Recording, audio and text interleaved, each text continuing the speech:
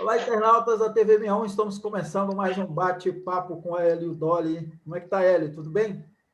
Tudo bem, Negrão? Tudo bem, Alisson? E Alisson Lopes, Super Alisson. Tudo na paz. Tudo bem. Depois da manifestação, melhorando mais ainda. Que maravilha. Vamos para o tema nosso, que é justamente a manifestação de sábado em Brasília. Eu encontrei o Hélio lá, todo animado.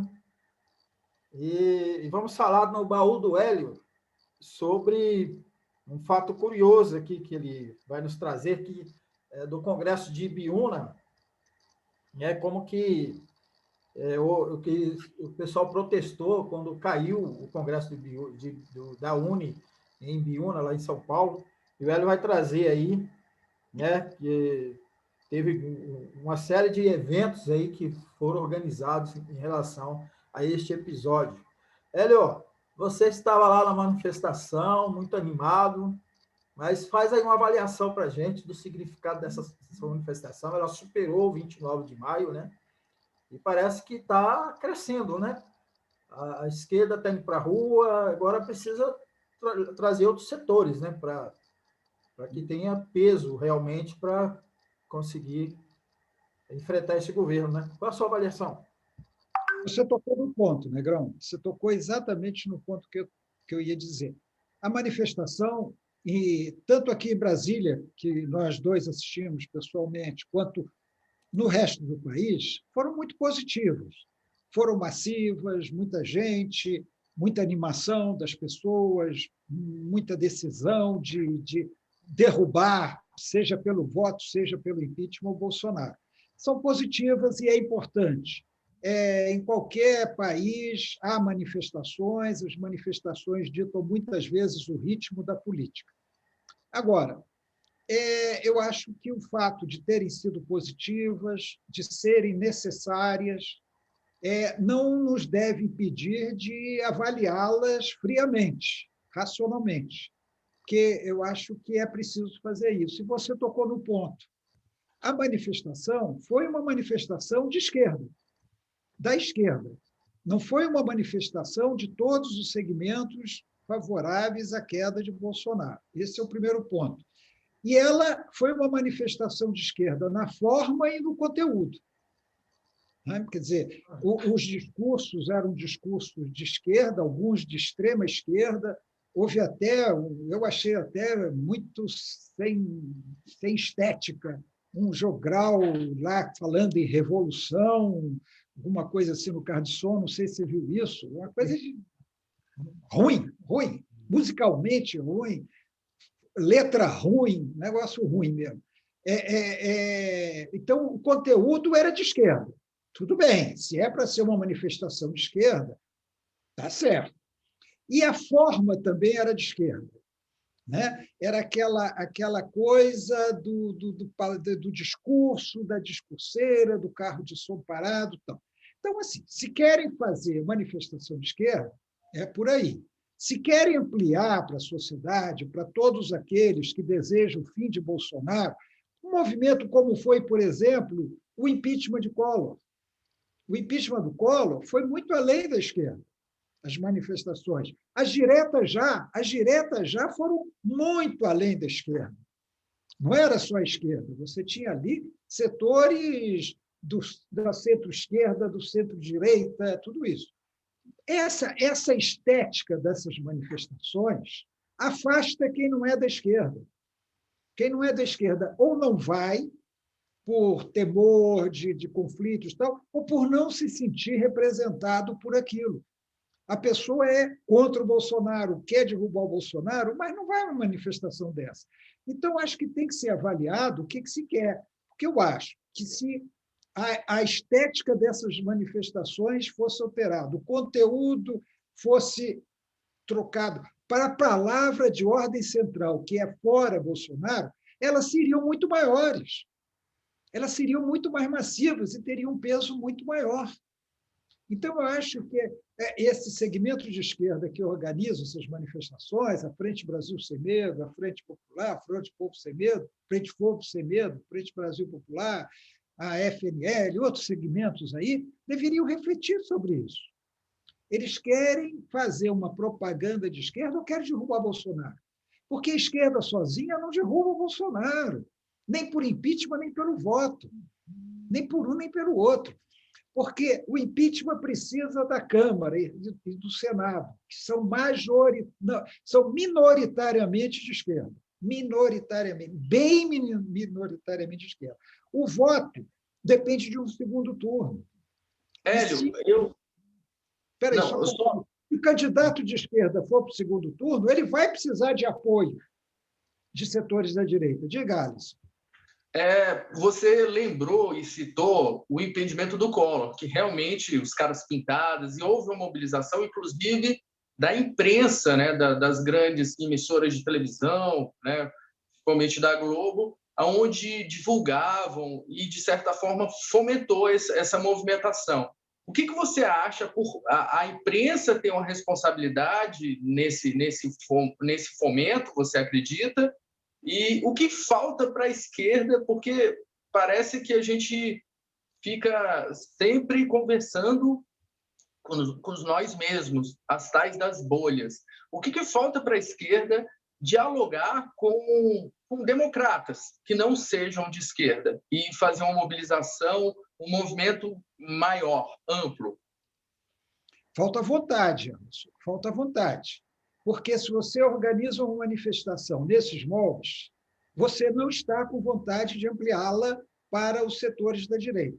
Teve alguém, não sei se o Negrão ouviu no carro de som, um rapper, que ele saudou a quebrada que estava lá, a periferia e também a burguesia que está aqui. Não sei se você chegou a ouvir isso. A burguesia que está aqui, quer dizer, é uma mentalidade muito estreita. É uma mentalidade muito estreita. Entendeu? Ali não tinha a burguesia, ele não sabe o que é burguesia. Ele não sabe o que é burguesia. Então, falta vontade política de somar para uma luta principal no momento, que é derrotar Bolsonaro. Se não derrotar Bolsonaro, vai acabar tudo isso, não vai ter mais manifestação nenhuma, não vai ter mais esquerda, não vai ter mais nada, porque ele vai implantar um governo com fortíssimas tonalidades fascistas, repressivas, excludentes. Então, tem que colocar na cabeça que o objetivo é derrotar. Todas as outras bandeiras podem até ser levantadas, mas são secundárias em relação a essa bandeira principal. Então, não adianta querer estreitar a manifestação. É justo que todos os segmentos estejam lá, sejam segmentos políticos, segmentos identitários, todos estejam representados e defendam suas posturas. Mas o principal é o fora Bolsonaro. Então, eu acho que isso é importante, ter essa vontade. A imprensa, Alisson, na época do Collor, tinha uma importância que não tem hoje. Os jornais tinham uma importância que não tem hoje. Mas nós temos que ver que a imprensa chamada, vamos dizer assim, imprensa escrita, quanto pelo menos a TV Globo, estão no fora Bolsonaro. E é uma estreiteza muito grande não reconhecer isso e ficar atacando a Globo. A Globo fez um belíssimo editorial na edição do Jornal Nacional de sábado, aí o pessoal vem criticando. Agora eles estão achando isso, mas eles deram o golpe, mas eles isso. Tudo bem, é verdade, mas agora eles estão do mesmo lado. Então, nós temos que aproveitar esse momento do mesmo lado para derrubar o Bolsonaro, não é para ficar brigando com a Globo. Acho que é essa que é a vontade que está faltando na esquerda. A vontade de entender que tem que derrotar o Bolsonaro, seja pelo impeachment, cada vez mais difícil, seja pelas urnas. E é preciso depois resistir ao golpe que Bolsonaro vai tentar dar. E, para isso, a esquerda sozinha não dá conta. A esquerda vai ser fragorosamente esmagada se insistir sozinha nessa luta. Ela quer se fortalecer? Claro que quer se fortalecer. Mas há caminhos para isso que não passam por esses pequenos detalhes, de confrontar a Globo, de querer fazer manifestações restritas à própria esquerda. Eu acho que essa é a questão da manifestação. Uma coisa é você sair dali, né, Negrão? A gente sai dali satisfeito, feliz, alma lavada, poxa, fomos para a rua e tal. Mas isso é uma coisa. Outra coisa é o racional. E que isso está contribuindo para derrubar o Bolsonaro? Vamos lá, friamente. Não, e aí? Que essas manifestações vão derrubar o Bolsonaro? Não vão. Não vão. Elas estão acumulando forças para que você crie um campo capaz de derrotar o Bolsonaro no impeachment, se houver, que eu não acredito mais, pode até ser, ou nas urnas. Elas têm que ir somando. Elas, por si só, não derrubam. Manifestações de rua, por si só, não derrubam. Só em situações praticamente pré-revolucionárias, que não é a que nós vivemos hoje. A esquerda deveria saber disso. Eu estou generalizando a esquerda, tá? Mas, como sempre, toda generalização é perigosa. Há setores que compreendem isso muito bem, mas eu estou dizendo, de maneira geral, o Chile, depois daquelas manifestações do Chile, com pessoas mortas, pessoas cegas, o Pinheira está lá. Se conquistou a Constituinte, se conquistou uma Constituinte, mas o Pinheira continua governando. E matou gente, cegou 300 pessoas, sei lá quantas foram cegadas pelas barras de borracha. Manifestações. A Colômbia, o Ivan Duque continua lá, apesar das fortíssimas manifestações, também com muitos mortos. Então, tem que colocar as coisas no devido tamanho. São fundamentais, são importantes, são. Devem continuar existindo, devem até se intensificar. Mas a elas se soma uma série de outros fatores necessários para derrubar um presidente da República num sistema altamente militarizado, como está sendo o sistema político brasileiro hoje. Não basta é importante de esquerda, não. Hélio, é importante nessa sua fala, João, e para os nossos ouvintes aí, que as lideranças, a base, elas têm... eu estou da base, né, e acredito que ela tem no movimento progressista é a base que nos traz força, né? O povo na rua assusta. Contudo, as lideranças têm uma imensa responsabilidade. E isso que você falou de ficar dividindo burguesia, proletariado, parece que é um discurso antes de 64 e que distancia as pessoas, de certa forma, faz com que, como você falou, que os campos que de bom senso também, que não são de esquerda e que percebem todo o desencontro econômico, cultural, social que nós estamos vivendo agora, elas não se sentem acolhidas ou querem unir forças. Então, assim, cabe às lideranças, e nesse momento eu acredito que é responsabilidade das lideranças, os sindicatos, associações, partidos, assumirem... Deu uma travada. Progressista também, eu não vou conversar com sectarismo, seja de direita ou de esquerda.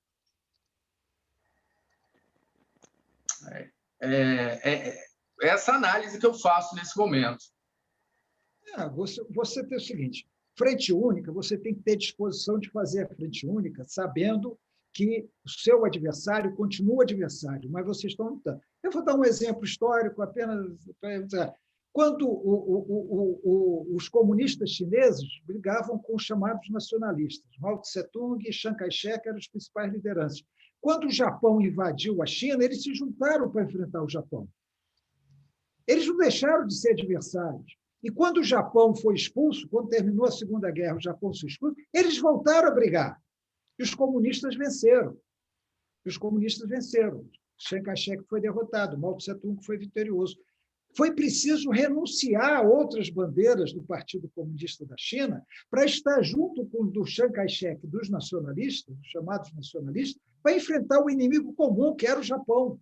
E eu estou dando esse exemplo agora, que eu me lembrei, eu tenho um passado maoísta, eu estou dando esse exemplo para dizer o seguinte, frente única significa você suspender temporariamente algumas bandeiras em favor de uma luta comum.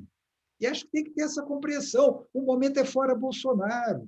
Há outras lutas importantes, mas se você quer juntar, você tem que chegar a um acordo de quais são os pontos comuns dessa briga. Não adianta você fazer uma manifestação fora Bolsonaro e colocar contra a privatização da Eletrobras, porque muitos setores que são contra o Bolsonaro são a favor da privatização da Eletrobras. Então, você não quer que eles estejam juntos no fora Bolsonaro? Você prefere continuar com o Bolsonaro? Ou você prefere tirar o Bolsonaro e depois brigar contra a privatização da Eletrobras? Eu estou dando um exemplo apenas. Entendeu? E assim várias outras situações que têm que ser temporariamente deixadas de lado em favor disso, ou pelo menos deixadas de lado no momento em que há manifestações comuns. Claro que você continua com suas bandeiras o tempo todo, você não as encosta, não. Mas naquele momento de uma manifestação que deve ser o maior possível, massiva, com todo mundo na rua, você tem que abandonar algumas bandeiras. E você não tem que ficar com aquela discurseira radical, sectária, inútil, porque está falando para o seu próprio público. O seu próprio público já sabe daquilo, já tem aquilo na cabeça. Para quê? Para que falar mais? Parece uma coisa tão óbvia, uma coisa óbvio, mas não didática. Mas a gente não consegue, Hélio. A gente está caminhando aí, ó. Já estamos aqui caminhando. Eu tenho uma sugestão, acho que a gente pode trazer ampliar um debate aí, como a esquerda como ela deve fazer para trazer, para ampliar, né? Eu acho que vai ter uma reunião na terça-feira das organizações que estão à frente do movimento, mas vamos para o baú do Hélio. Hélio, o congresso, o famoso congresso de Ibiúna, você participou do congresso?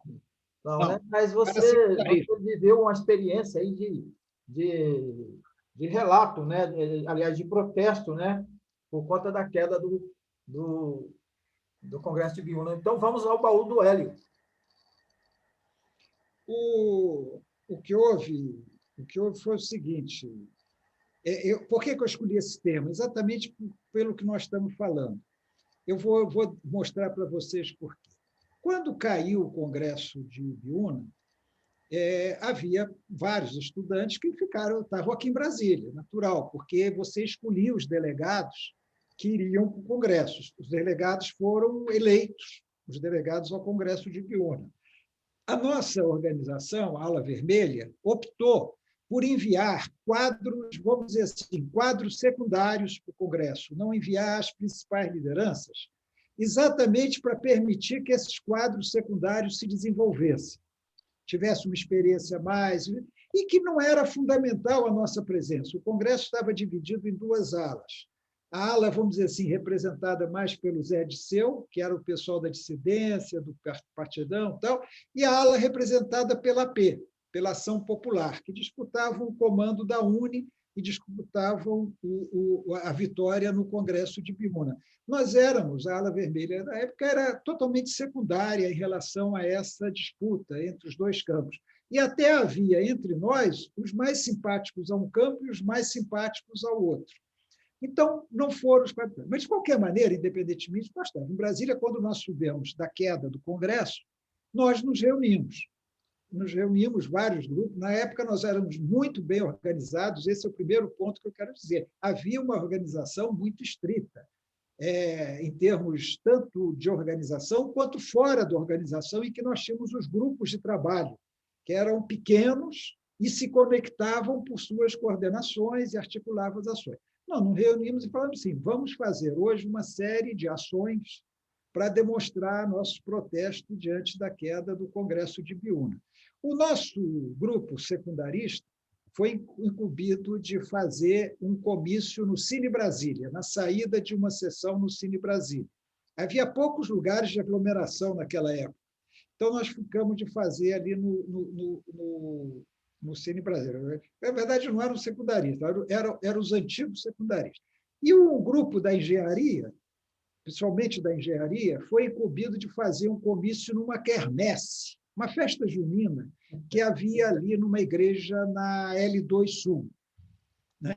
E aí a gente era muito bem organizado, organizou direitinho, ficamos ali esperando em volta do Cine Brasília, fingindo namorar, tal. Na hora que a sessão saiu, cada um já sabia seu papel, enquanto dois pichavam a parede do Cine Brasília, mais dois distribuíam os panfletos, eu fiz o discurso, eu falava, não tinha microfone, obviamente, era no grito mesmo, e tinha lá dois PMs apenas no Cine Brasília que tentavam resolver aquilo, mas era tudo muito rápido, tal. A gente pichou, distribuiu os panfletos, falou as palavras de ordem lá que eu falei, nem lembro o que eu falei, caiu o Congresso de Ibiúna, os estudantes, e pá, nos mandamos, fomos embora, cada um ia para um ponto, depois a gente marcava um local para se encontrar, é para ver se estava todo mundo ali mesmo.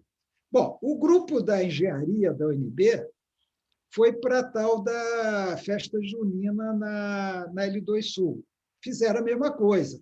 Ocuparam o palanque, subiram no palanque da festa junina, que é o lugar que fica o som, e começou a fazer o discurso enquanto os outros estavam lá embaixo.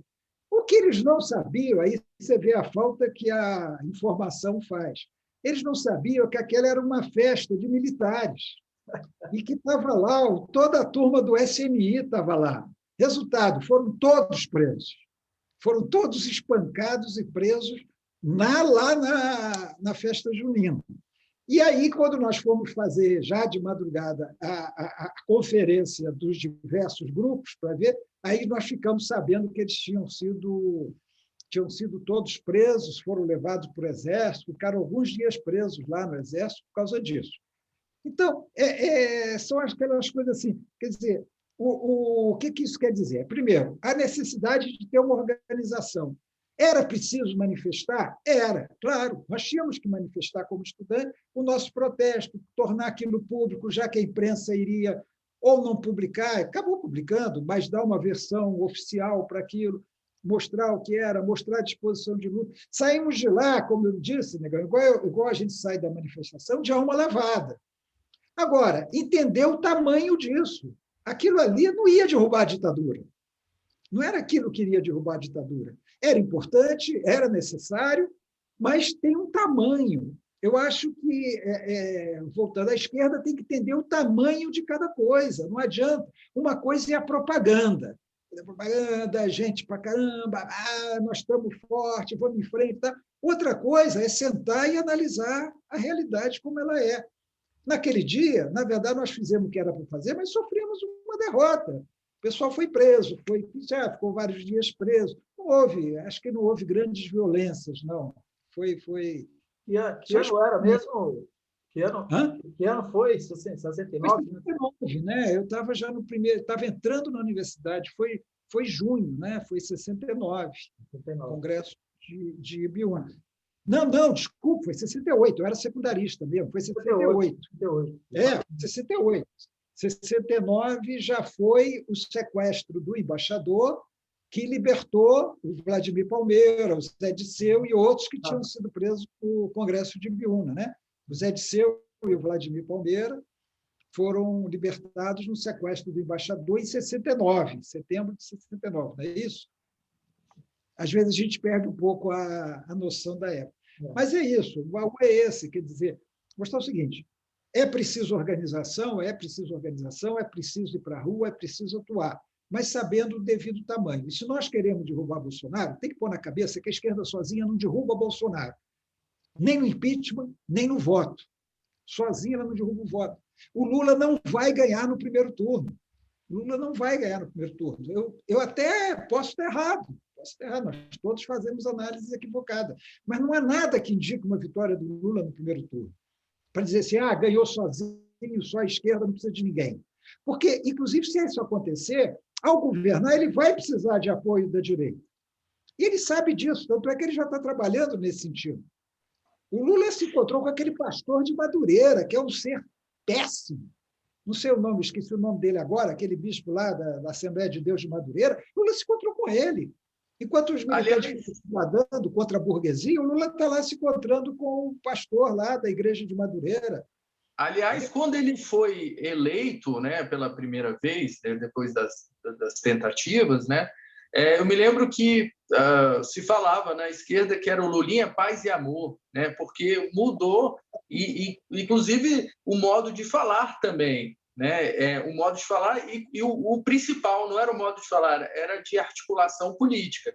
Eu acredito que ele tem essa maturidade, mas ele tem que transmitir isso para a base, se é que quer fazer uma frente ampla. Porque o que eu vejo hoje que são que as lideranças de partidos como o próprio Ciro Gomes parece que não se comunicam com Lula ou com outros. Não, o Ciro Gomes é outra história. Mas, para governar, vai ter que ter aliança à direita. Não sei com quem, que bases e tal, mas a esquerda sozinha também não governa se o Lula... Vamos supor o melhor quadro para a esquerda, Lula vitorioso no primeiro turno. não vai governar só com a esquerda. Não haverá como governar só com a esquerda. E Lula, vitorioso no primeiro turno, vai encontrar uma reação bolsonarista, uma reação violenta bolsonarista, de golpe mesmo, em que ele vai precisar do apoio dos setores democratas de direita para resistir a essa movimentação. Então, isso tudo tem que estar na cabeça da gente. Se você não colocar isso, você vai ficar ali fazendo o seu movimento, ficando satisfeito da vida, alma lavada por causa da manifestação, e vamos ser derrotados mais na frente. Não são essas manifestações que vão derrubar Bolsonaro, não. Quem fala isso pode estar falando bonito, fazendo um discurso bonito, mas não está falando a verdade. Maravilha. Então, estamos encerrando aqui o nosso bate-papo com o Hélio Dolly de hoje, e a gente vai voltar na quarta-feira, porque o bate-papo com o Hélio Dolly agora é segunda, quarta e sexta. A gente tem um tempinho aí para vocês se despedirem, considerações finais. Super, Alisson. Não, só desejar uma excelente semana para todos e todos. E que chegue a vacina. A sua vacina, né? Que chegue logo a vacina. Estão falando que até o fim do ano, aí nós vamos ter um ano diferente no ano que vem. Mas eu espero, viu, Negrão, que todos reflitam bastante sobre essas questões, porque, mais do que nunca, nós precisamos tirar o Bolsonaro daí. Nós não podemos ter mais 4 anos com esse fascista genocida, não. Exatamente. E a esquerda, como a gente vem sempre frisando aqui, precisa ter essa compreensão, né? Na terça-feira está aí, parece que está marcado já uma reunião com... A pauta é essa, na reunião das entidades, partidos que estão comandando o Fora Bolsonaro, e aí a gente, na quarta, a gente já faz essa análise aí sobre como que isso pode ou não avançar. Um abraço para vocês e até quarta-feira.